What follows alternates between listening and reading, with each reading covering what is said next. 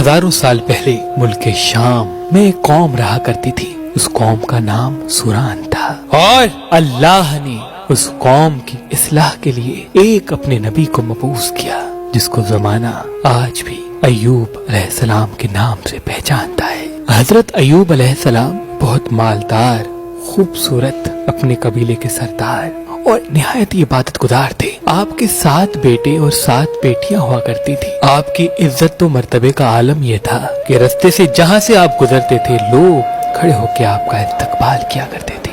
امام علی علیہ السلام نے فرمایا، جب اللہ کسی کو عزیز رکھتا ہے تو اسے صبر سے آزماتا ہے۔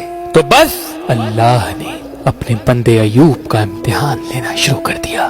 حضرت ایوب علیہ السلام کی ساری اولاد مر گئی اور ساری دولت ختم ہو گئی، اور اس کے ساتھ ساتھ اللہ نے ایوب کو ایسی بیماری دے دی جس میں ایوب علیہ السلام کا گوشت گلنے لگا، یہاں تک کہ ہڈیاں تک آشنا ہونے لگی۔ بس دنیا نے اپنا روپ بدلنا شروع کر دیا۔ وہ لوگ جو ایوب علیہ السلام کی عزت کیا کرتے تھے، کھڑے ہو کے استقبال کرتے تھے، وہ لوگ حضرت ایوب علیہ السلام کی توہین کرنے لگے، یہ کہنے لگے کہ اللہ اس سے ناراض ہے، اللہ کا عذاب ہے ایوب پر، یہ کوئی نبی نہیں، یہ کوئی نبی نہیں بلکہ ایک بے انتہا گناہگار انسان ہے۔ یہاں تک کہ ایوب علیہ السلام سے کوئی بات تک نہیں کرتا تھا۔ اللہ کا نیک نبی مطمئن رہا اور مسلسل اللہ کا ذکر، اللہ کا شکر کرتا رہا۔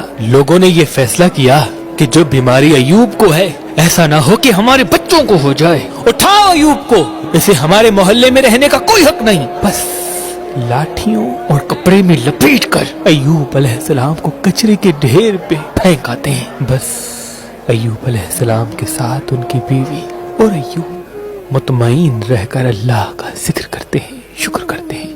جب کھانے کے لیے کچھ نہ بچا تو ایوب علیہ السلام کی زوجہ لوگوں کے گھروں میں جا کر کام کیا کرتی تھی، وہ جو تھوڑی سی اجرت ملتی تھی اس میں سے حضرت ایوب علیہ السلام کا علاج کراتی تھی۔ لیکن ایوب علیہ السلام اللہ کے ذکر و شکر میں مصروف رہے۔ تاریخ میں لکھا 12 ماہ یا 18 ماہ مسلسل ایوب علیہ السلام کی بیماری بڑھتی رہی۔ ایک دن آپ کی زوجہ نے کہا، اے اللہ کے نبی، آپ اللہ سے دعا کیوں نہیں کرتے کہ اللہ آپ کو شفا عطا کرے؟ حضرت ایوب نے مسکرا کے کہا، مجھے یہ بتاؤ ہم نے خوشحالی میں کتنے برس گزارے؟ ان کی بیوی نے کہا کہ تقریباً 80 سال۔ تو آپ رونے لگے اور کہا، 80 سال تک خوشحال رہے تو خوش تھے، ابھی 1 سال سے اللہ نے امتحان لیا تو میں ہمت کو ختم کر دوں؟ جب تک اللہ اپنے بندے کو آزمانا چاہے میں امتحان دوں گا۔ یہاں تک کہ حضرت ایوب علیہ السلام کے جو جسم پہ زخم ہوا کرتے تھے اس میں کیڑے پڑ گئے۔ اگر کوئی کیڑا گر جاتا تھا، ایوب علیہ السلام اس کو اٹھا کے اپنے جسم پہ رکھ دیتے تھے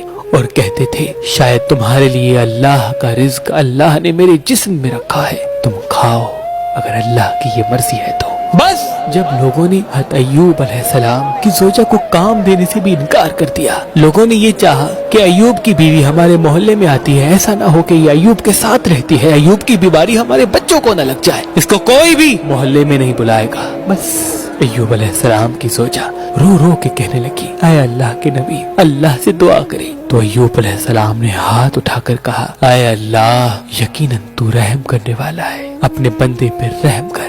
بس یہ کہنا تھا تو آواز غائب آئی، ایوب اپنا پاؤں زمین پہ مارو، وہاں سے چشمہ نکلے گا، اس سے نہاؤ۔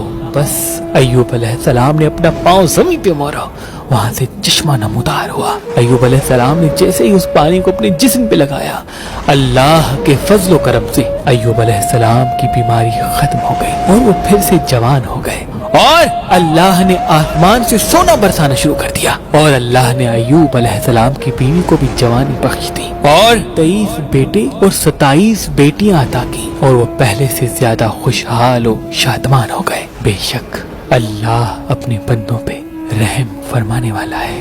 اللہ کے محبوب حضرت محمد مصطفیٰ صلی اللہ علیہ وآلہ وسلم نے فرمایا، زندگی میں جب بھی امتحان آئے تو ایوب علیہ السلام کے امتحانات کو یاد کرنا، اور یہ یقین رکھنا کہ زندگی کا اصل نام امتحان ہے۔